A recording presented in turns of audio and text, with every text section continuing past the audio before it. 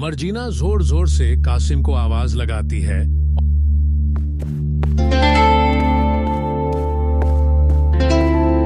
और जब कासिम आता है तो मर्जीना कासिम से कहती है, मुझे मालूम था कि कुछ गड़बड़ है, इसलिए मैंने तराजू के पीछे मोमबत्ती लगा ली थी।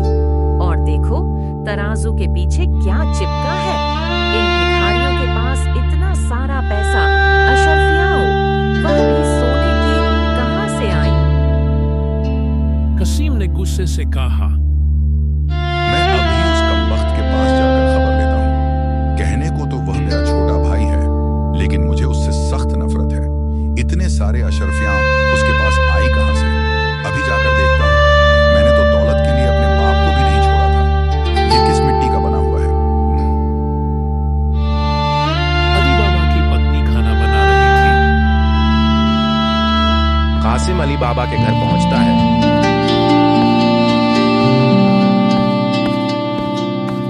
दरवाजे पर खड़ा होकर चारों तरफ नजर दौड़ाता है और खुद ही बड़बड़ाते हुए कहता है, अरे अली बाबा कहाँ चला गया? आज तो कहीं दिखाई ही नहीं दे रहा। शायद बाजार ही गया होगा। हमेशा की तरह सुबह सुबह अपने काम के लिए निकल पड़ा होगा।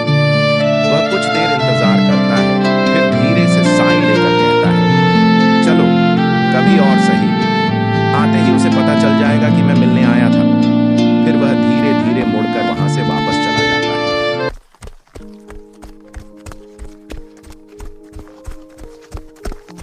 बाजार उस दिन बहुत भीड़-भाड़ वाला था। लोगों की आवाजें, दुकानदारों की पुकार और माल की खुशबू हवा में घुली हुई थी। इसी भीड़ में अली बाबा कपड़ों की दुकानों के बीच घूम रहा था और अपने लिए कुछ कपड़े और नया लिबास चुन रहा था। वह हर दुकान पर रुककर मोल भाव करता और फिर आगे बढ़ जाता।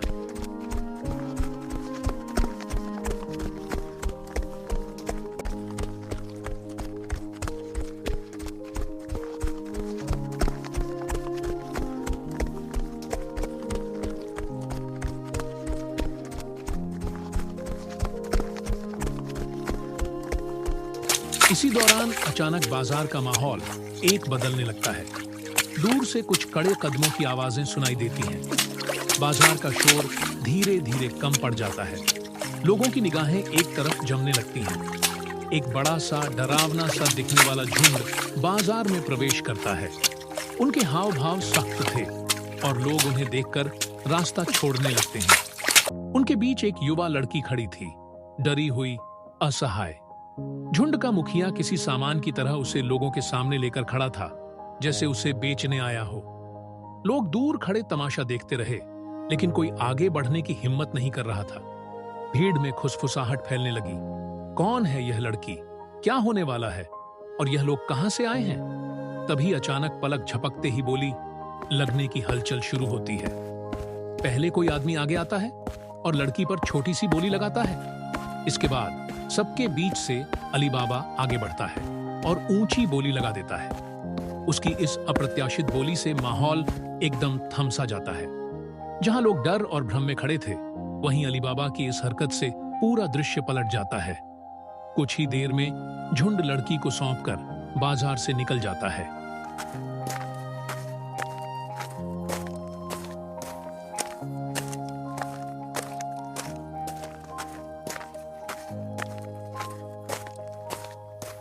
लोग धीरे धीरे अपनी जगहों पर लौटते हैं और बाजार की रौनक फिर पहले जैसी होने लगती है। लेकिन उन सारी हलचलों के बाद भी एक बात साफ थी।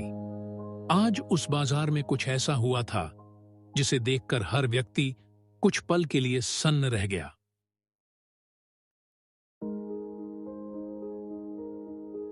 अली बाबा ने उस गुलाम से धीमे और दयालु स्वर में कहा, अब तुम आजाद हो। मैंने तुम्हें पूरी तरह मुक्त कर दिया है।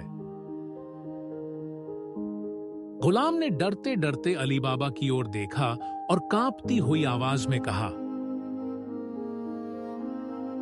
क्या मैं सच में आजाद हूं?